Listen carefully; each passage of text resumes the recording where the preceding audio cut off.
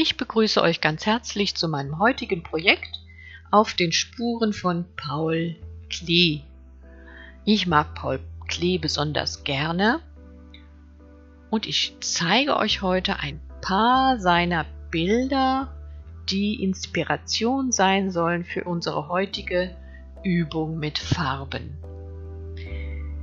Ihr seht schon, es geht darum, die Leinwand oder das Papier in Felder aufzuteilen und diese dann mit Farben zu füllen.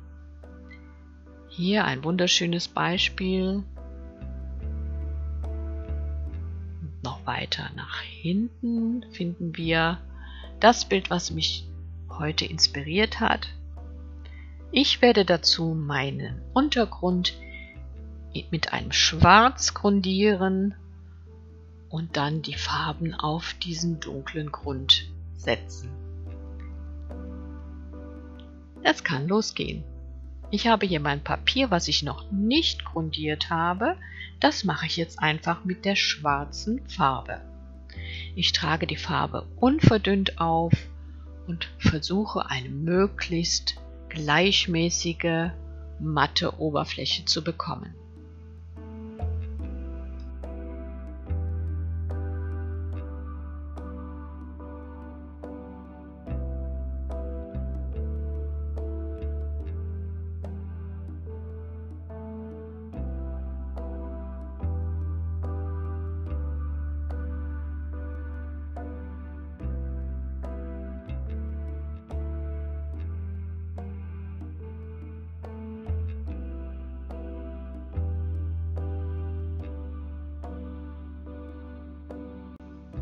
Nach dem Trocknen möchte ich jetzt die Feldereinteilung vornehmen.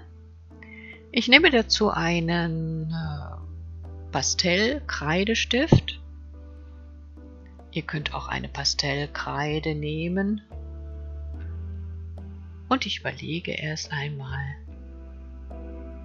Ich werde zunächst vertikale Linien einziehen, die aber nicht gerade runtergehen, sondern in so Kurven und Ecken.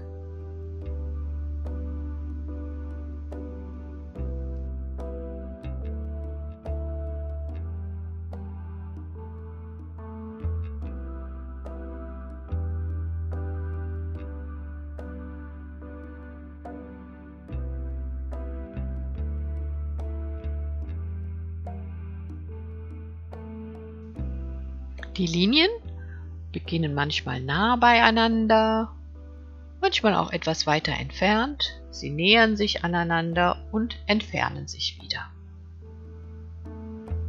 Anschließend werde ich dann horizontale Linien einfügen.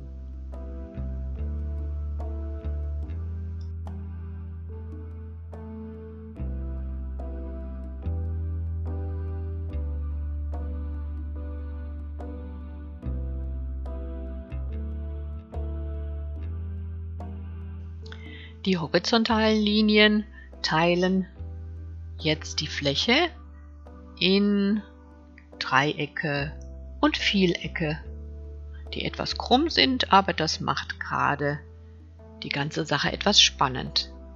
Ich achte darauf, dass es größere Flächen werden, die im Gegensatz auch zu kleineren Flächen stehen. Das macht die Komposition interessanter.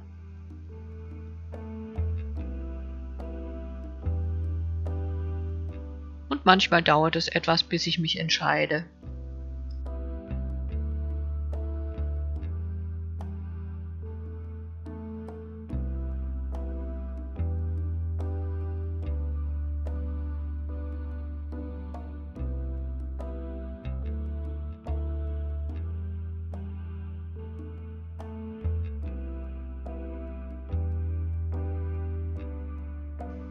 Ich achte darauf, dass die Komposition nicht zu kleinteilig wird. Und hier bin ich schon sehr an der Grenze zur Kleinteiligkeit. Mal sehen, ob das später dennoch funktioniert.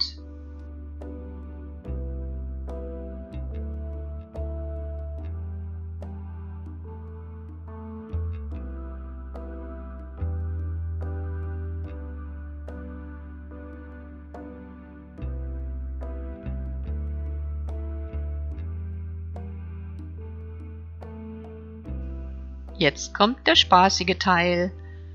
Es gibt 3 Farben, die allesamt transparente Farben sind. Und was das bedeutet, werdet ihr gleich sehen. Dazu nehme ich ein Mischweiß, das ist ein Zinkweiß, was ebenfalls nicht ganz deckend ist, und dieses deckende Titanweiß. Zunächst einmal bringe ich meine beiden Weißsorten auf meine Palette. Einmal das Mischweiß. Das hat einen anderen Effekt auf die Farben als das Titanweiß. Das Zinkweiß, das Titanweiß. Das ist jetzt ein transparentes Gelb, ein transparentes Lila und ein transparentes Sienna. Ihr könnt das sehen an der Kennzeichnung auf der Flasche, ob die Farben transparent oder deckend sind. Und mit diesen transparenten Farben erzeuge ich jetzt unterschiedliche Ergebnisse. Ich beginne mit dem transparenten Gelb und trage es auf die schwarze Fläche auf. Und ihr seht, es leuchtet nicht. Es gibt so einen grünlichen Schimmer. Und nach dem Trocknen wäre es fast nur noch ein Hauch von Schimmer. Wenn ich das Ganze auf einen hellen Untergrund auftrage, seht ihr, das leuchtet ganz wunderbar. Um das Gelb jetzt auf der dunklen Fläche zum Leuchten zu bringen, gebe ich etwas Mischweiß hinzu. Das Mischweiß hat den Effekt, dass das Gelb aufgehellt ist. Es hat helle Pigmente dazu bekommen, es ist aber immer noch transparent und nur wenig pastellfarbig. Wenn ich diese Mischung jetzt auf dem weißen Papier ausstreiche, seht ihr eine leichte Aufhellung, aber noch keinen pastelligen Effekt. Das Zinkweiß ist ebenfalls transparent und die Farbe bleibt leuchtend transparent. Möchte ich jetzt noch mehr Deckkraft haben, vermische ich das Gelb mit dem Titanweiß. Und wie ihr seht, meine gelbe Sonne oder mein gelber Punkt wird pastelliger, pastellfarbiger, aber auch deckender und heller. Die Farben werden nach dem Trocknen wieder leicht nachdunkeln. Das müsst ihr bei eurer Farbe berücksichtigen. Und hier seht ihr, der Auftrag auf dem Papier ist deutlich pastelliger.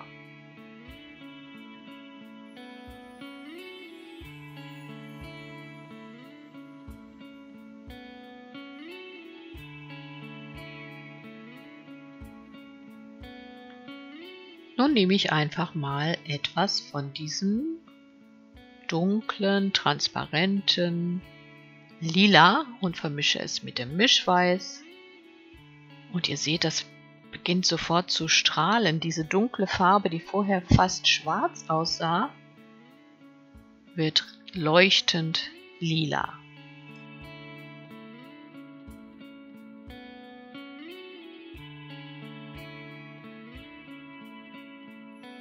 Das transparente Sienna trage ich jetzt hier einfach mal ohne Weiß auf und ihr seht, das gibt höchstens einen kleinen braunen Schimmer und ihr werdet nachher beobachten können, während es trocknet, wird das Ganze noch weniger sichtbar. Wenn ich das Sienna mit dem Weiß vermische, ergibt sich dann eine etwas deckendere, leuchtende Farbe.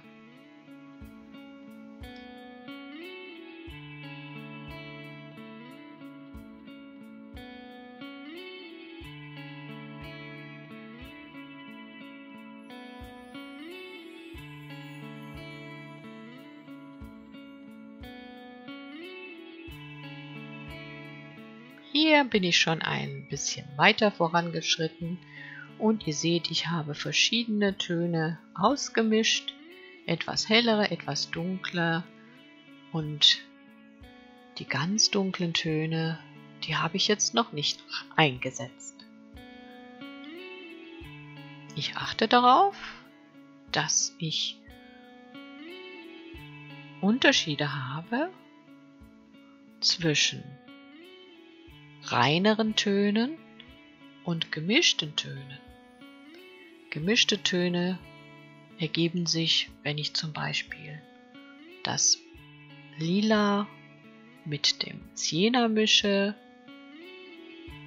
und dann eventuell noch mit Weiß oder auch pur. Ich kann auch alle drei Farben miteinander mischen und es ergeben sich verschiedene Grautöne, wie ihr hier seht.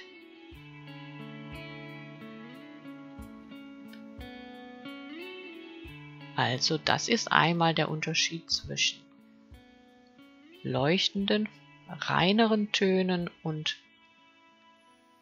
gemischten Tönen.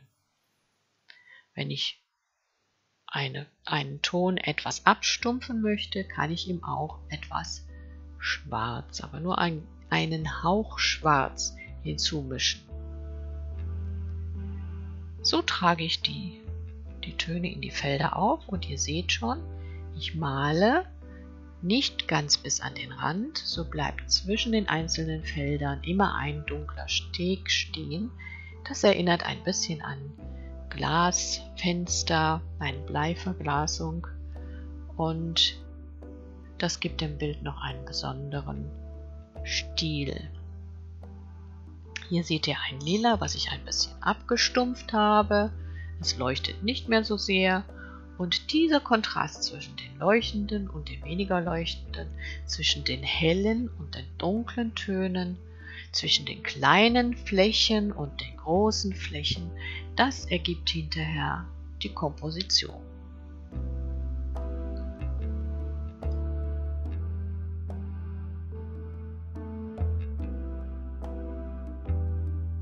Und so könnt ihr euch vielleicht auch vorstellen, dass es ganz unterschiedliche Ergebnisse bringt, wenn ich meine Vorzeichnung mit ganz anderen Farben und mit ganz anderen Tonwerten ausfülle. Das ist für mich ein sehr spannender Prozess.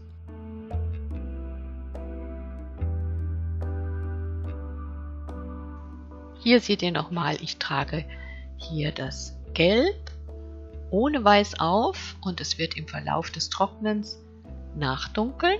Hier zeige ich euch nochmal das Gelb mit etwas Weiß. Das gibt einen mittleren Tonwert.